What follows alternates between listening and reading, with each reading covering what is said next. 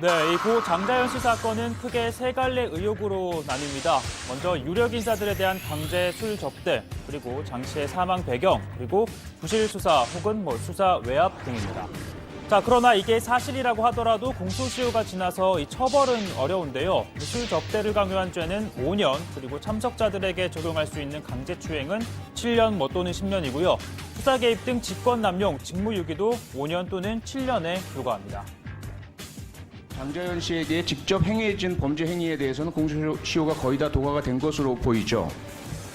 그렇게 지금 보고 있는. 근데 이건 사실 네. 김학의 전 차관보다도 더 이제 급한 더 거죠. 시급하죠. 사실 이 두 사건의 경우에는 그런 그 공소사실 문제도 있고 또 그 사실관계가 명확하게 밝혀져야 된다는 부분하고요. 네. 또 그 당시 수사 과정에 있어서 은폐나 축소 이런 의혹이 없는지 네. 그런 부분을 밝히는 것. 네. 그게 상당히 중요하다고 그렇게 보고 있습니다. 네, 검찰 진상조사단 또한 이 CEO와 상관없이 진실을 밝히는 게 역할이라고 했습니다. 그러니까 처벌할 수 없더라도 억울한 죽음과 관련된 의혹을 밝혀내서 10년 가까이 이어져 온 공방에 마침표를 찍겠다는 겁니다. 즉, 처벌은 못하더라도 조사의 맛을 보여주겠다는 건데요. 자, 조사단은 장 씨의 문건에 적힌 조선일보 방사장과 관련해 앞서 방용훈 코리아나호텔 사장, 그리고 방정호 전 TV조선 대표 등을 불러 조사했습니다. 또 배우 윤지호 씨로부터 조선일보 관련 3명과 또 특이한 이름의 국회의원에 대한 증언도 확보를 했습니다. 자, 조사단은 특히 조선일보에 대해 무고 혐의를 적용할 수 있다면 아직 시효가 남은 것으로 보고 있는데요.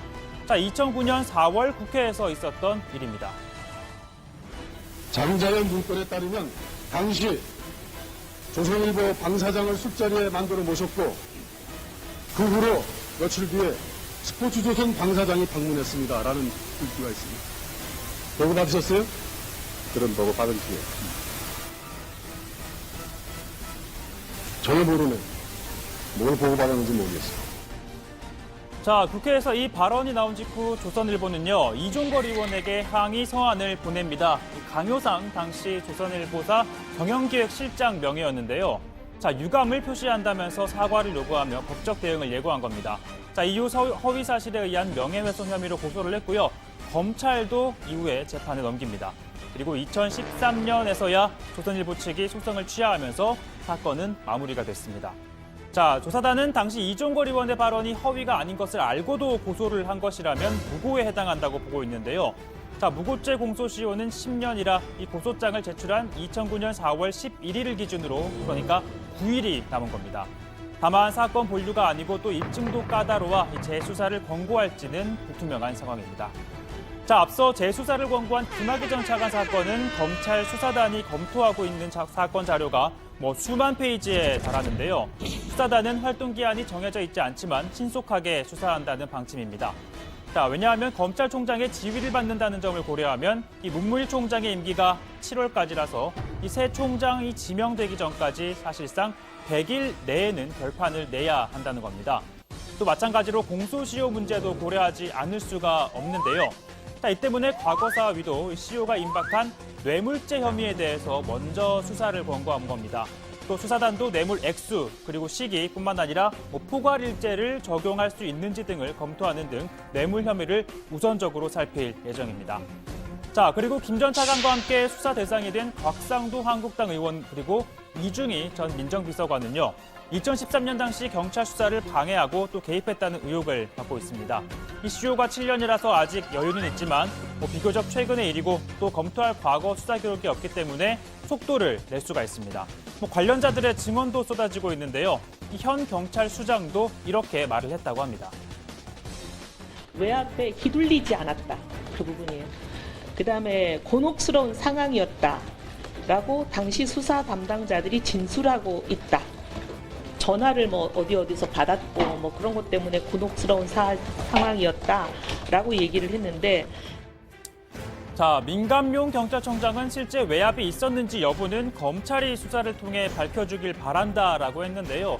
하지만 이 발언의 행간을 좀 읽어보면 외압에 휘둘리지 않았다라고 한 건 사실상 이 외압이 있었다라는 걸 시인한 것으로 해석이 됩니다. 자, 그럼 당연히 누구의 전화를 받았기에 곤혹스러웠던 거지라는 의문을 들게 마련인데요. 자, 의원들도 당연히 청장에게 이걸 물어보려고 했는데 이런 반응이 나왔다고 합니다. 물으려고 하는데 한쪽에서 외압이 없었다니까 하면서 난리를 쳤죠. 왜 외압이 있었다고 해석될 수 있는 발언을 하냐 하면서 이제 야단이 난 거죠. 자, 방금 이혜원 위원장이 누군가의 이 성대모사를 한 것 같기는 한데 사실 저는 잘 모르겠습니다.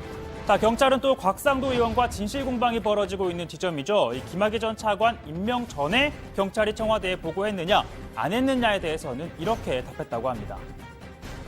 그 시점은 범죄 정보로서는 계속해서 했기 때문에 그 전에도 한 거고, 그리고 그 이후에도 했다가 내사가 시작된 것은 3월 18일부터다. 저희가 그렇게 보고를 받았습니다. 자, 내사 그리고 범죄 정보라는 양측의 차이는 있지만 김 전 차관에 대한 문제는 수차례 보고가 됐다는 겁니다. 또 당시 민정수석실 관계자 또한 차관 임명 전 곽상도 민정수석에게까지 보고가 이루어졌다는 주장이 나오기도 했습니다.